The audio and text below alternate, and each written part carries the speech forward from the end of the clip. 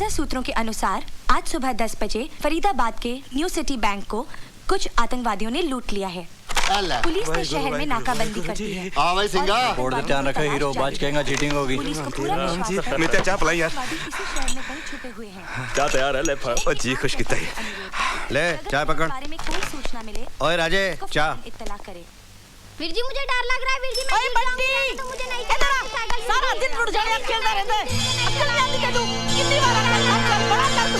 वीर जी मैं गिर जाऊंगी। नहीं होगा गुड़िया, मैं हूं ना।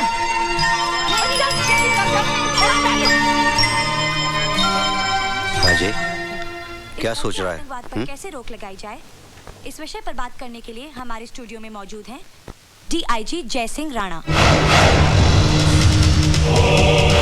डीआईजी साहब, जनता की शिकायत है कि कुछ मासूम लोगों ने पुलिस के जुर्म से घबराकर हथियार उठा लिए और आतंकवादी बन गए। आपकी क्या राय है? ये सरासर झूठ है, बकवास है।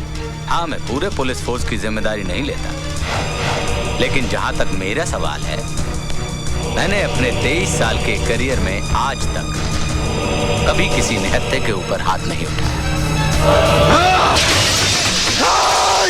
झूठ बोलता है, झूठ बोलता है, हत्यारा झूठ बोलता है, झूठ बोलता है,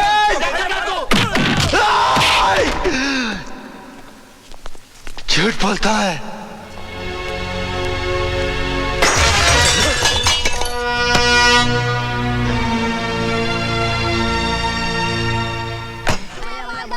भैया बोल दो भैया, हमारी बोल दो भैया, बोल दो ना भैया, बोल या हमारी बोल दो।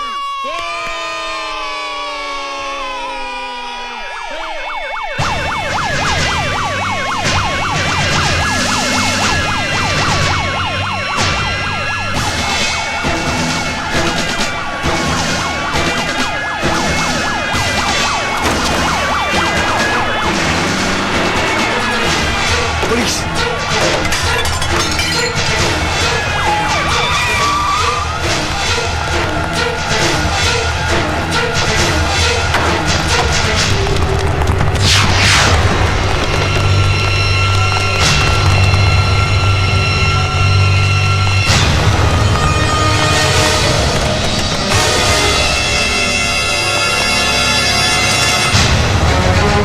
मुझे पता है जिन आतंकवादियों ने कल बैंक लूटा है वो यहीं छुपे हैं। मैं 2 मिनट की मोहलत देता हूं, अपने हथियार डाल दो वरना बेमौत मारे जाओगे। तुम लोग बच गए। पुलिस फोर्स बहुत ज्यादा है, हमारे पास गोलियां बहुत कम है, हमें ज्यादा देर तक रोक नहीं पाएंगे। मैंने आगे से कवर करता हूं, तुम लोग पीछे से भागो। और तू मेरी फिक्र मत कर। मैं तुम्हें आखिरी वार्निंग दे रहा हूं, अपने हथियार फेंक दो।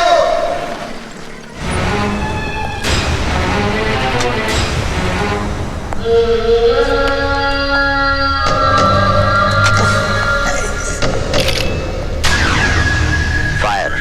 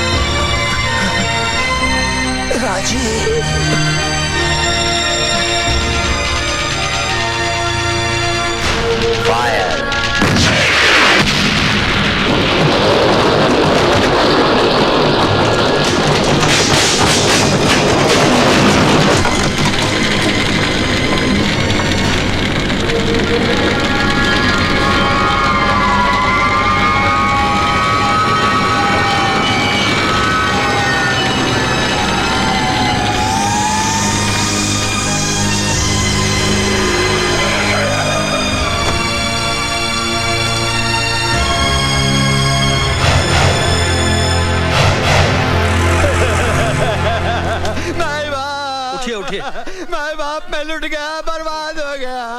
मेरी 4 साल की लड़की आग में जलकर राख हो गई। मैं क्या करूं? कैसे लगी ये आग? ये आग कैसे लगी? अब क्या बताएं हुजूर, 6-7 आतंकवादी इस घर में छुपे थे। पुलिस ने उन्हें पकड़ने के लिए पूरी बस्ती में आग लगा दी। आतंकवादी तो मारे गए, लेकिन साथ में बस्ती के 4 लोग भी मारे गए। ये कैसा इंसाफ है सरकार? हमने तो कोई गुनाह नहीं किया। अब तो एक ही रास्ता बचा है, हम अपना घर-बार छोड़ के कहीं और चले जाएं। कहीं नहीं जाएंगे आप। ये घर आपका है, ये जमीन आपकी है, ये मिट्टी आपकी है। अपनी माँ को छोड़कर जाएंगे आप? बंद कर अपना भाषण। ये जमीन हमारी है, ये मिट्टी हमारी है। अगर ये मिट्टी हमारी है तो हमें यहाँ जीने क्यों नहीं देते चैन से? तू उस वक्त कहा था जब इसी मिट्टी से बने इंसानों को मिट्टी में दफन किया जा रहा था। हमारी आंखों के सामने हमारे अपने जलकर राख हो गए। तूने कभी अपनी औलाद को जिंदा जलते हुए देखा है? मैंने देखा है, मैंने देखा है। अरे एक माँ अपने बच्चे को मरने के बाद भी जलते नहीं देख सकती, और मैंने उसे आए उसके बदले मैं क्यों नहीं मर गई? मैं क्यों नहीं मर गई? माँ जी मुझे मारिए, मुझे और मारिए माँ जी। अगर मुझे मारने से आपका थोड़ा भी गम दूर होता है तो मैं अपने आप को भाग्यशाली समझूंगा। तू मेरा दर्द कम करना चाहता है ना, तो उन्हें क्यों नहीं समझाता? छोटे छोटे बच्चे हैं, हथियार उठाए घूमते हैं। क्या चाहते हैं वो? क्यों एक दूसरे की जान के दुश्मन बने हैं? तू उन्हें समझाएगा ना? मैं वादा करता हूँ माँ जी, मैं उनके पास जाऊंगा। हमारे अपनों के पास जो किसी वजह से हमसे नाराज हो गए हैं, रूठे हुए भाइयों को मनाऊंगा। और जब तक वो अपने घर वापस ना लौटे, मैं अपने घर वापस नहीं जाऊंगा।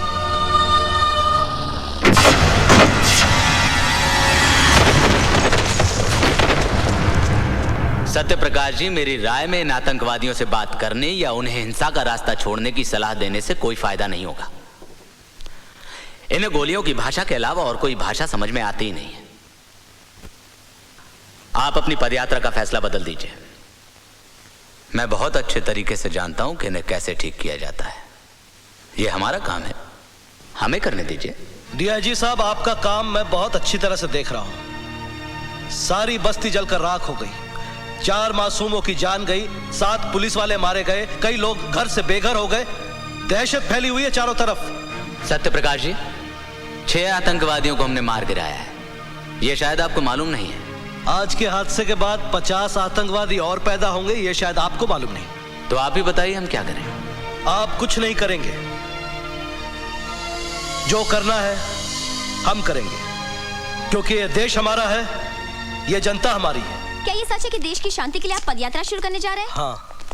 सर, आपको लगता है इससे सुधार होगा? किसी न किसी को तो कोशिश करनी होगी। लेकिन सर, इसमें आपकी जान को भी खतरा हो सकता है। कल किसने देखा है? सर, क्या आपको विश्वास है कि आतंकवादी आपकी बात मानेंगे और आत्मसमर्पण कर देंगे?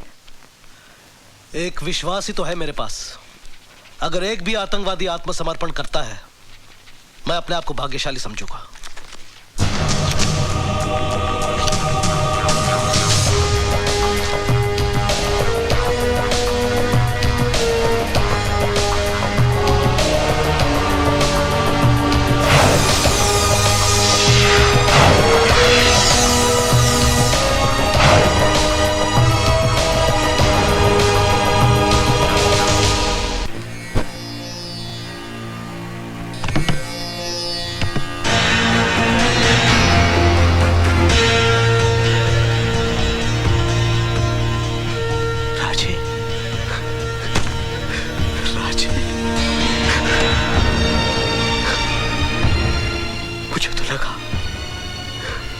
तू भी अपने साथियों के साथ मर कब गया? राणा की मौत से पहले मुझे मौत नहीं आ सकती। तू जानता है मंथा, मेरे साथियों को मारने वाला कौन था? वही हत्यारा जय सिंह राणा। अगर मुझे पता होता उस पुलिस पार्टी का लीडर राणा है, तो साले को मैं वही दफन कर देता। वही। सब कुछ खत्म हो गया है राजे। तू राणा के बारे में भूल ही जाए तो अच्छा है। क्या? क्या भूल जाऊं? ये भूल जाओ कि मेरा एक बाप था जिसे भगवान ने नहीं, राणा ने मौत का कफन पहनाया। ये भूल जाओ कि मेरी एक मां थी जिसका दूध आज भी मेरे रगों में खून बनकर दौड़ रहा है। ये भूल जाओ कि मेरी बहन ने मेरी कलाई पर राखी बांधते वक्त मुझसे कसम ली थी कि मैं उसकी हिफाजत करूंगा। ये भूल जाओ कि जिस उम्र में इन हाथों में खिलौने होने चाहिए थे, उस कमीने ने ये बंदूक थमा दी। नहीं भूल सकता, कुछ नहीं भूल सकता। तू चाहता है कि मैं भूल जाऊं तो थाम ये बंदूक और उतार दे इसका सारा जहर मेरे सीने में, वरना जब तक मेरी सांसें चलेंगी मेरा इंतकाम जिंदा रहेगा। चला गोली, चला गोली। राजे, तू तो राणा की मौत का दीवाना हो गया है। दीवानों के आगे तो भगवान की भी नहीं चलती। मैं क्या चीज हूं? डीआईजी राणा इस वक्त सत्य प्रकाश जी की सिक्योरिटी का इंचार्ज है, इसलिए उसके साथ काफी सारी पुलिस फोर्स होगी और आसपास बहुत सारे मासूम लोग भी। लेकिन जैसे ही पदयात्रा सुंदर नगर पहुंचेगी, पुलिस और राणा दोनों रिलैक्स हो जाएंगे और तेरा काम भी आसान।